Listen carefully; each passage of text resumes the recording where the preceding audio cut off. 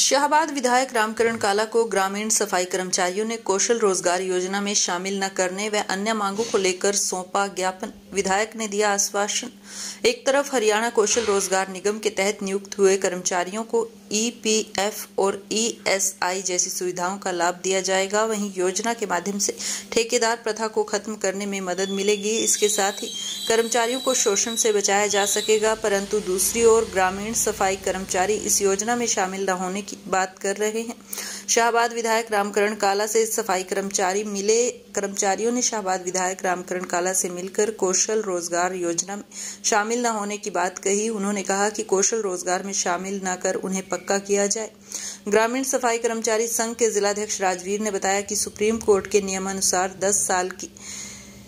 10 साल लगातार काम करने के बाद स्थायी रूप से पक्का किया जा सकता है। हम भी करीब 16 सालों से गांव-गांव जाकर सफाई कर रहे हैं। वहीं शाहबाद विधायक रामकरण काला ने कहा कि सफाई कर्मचारियों की मांग को लेकर मुख्यमंत्री व उप मुख्यमंत्री दुष्यंत चौटाला से मुलाकात कर उनके समक्ष रखेंगे। उन्होंने कहा कि वे पूरी तरह से सफाई कर्मचारियों के साथ हैं।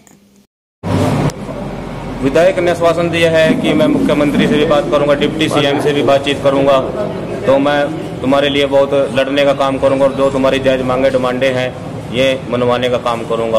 और ये कहा है भी कौशल रोजगार से तुम्हें बाहर निकलवाने के काम करेंगे। क्या डिमांड की आपकी? डिमांड तो ये मेन तो यही है कि हमें कौशल रोजगार से बाहर कराया जाए, हमारे को पक्का परमानेंट कराया जाए। हमारे को 16-17 साल का कार्यकाल हो चुका है।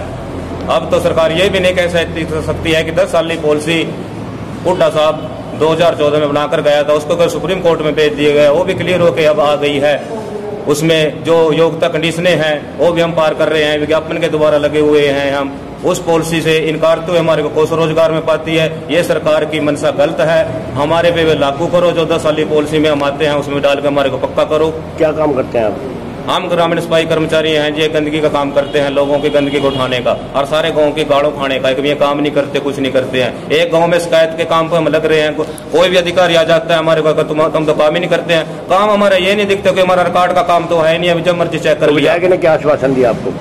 विधायक ने तो आश्वासन यही दिया है कि मैं तुम्हारे लिए लड़ने का काम करूंगा, सीएम से भी डिप्टी सीएम से भी मैं तुम्हारी मांग डिमांड मनवाने का काम करूंगा। फिलहाल तो यही है, हमारे को कौशल रोजगार में नहीं डाला जाए, हमारे को पक्का परमानेंट की रियायत कराया जाए। हमारा कार्यकाल भी 16-17 साल को हो गया। जो सुप्रीम कोर्ट में से पॉलिसी क्लियर होकर आई है उसमें भी 10 साल का अधिवेशन दिया हुआ है, 10 साल का इसके पक्के हो सकते हैं, उसमें डाल के हमारे को पक्का करे। हरियाणा सरकार अपना वोट बैंक बनाए। अगर नहीं वोट बैंक बना दिया सरकार तो फिर तो हम पलटा देना भी जानते हैं, सारा कुछ जानते हैं। क्या नाम है आपका? मेरा नाम राजेंद्र कुमार है, मैं कुरुक्षेत्र जिला से जिलाध्यक्ष हूँ।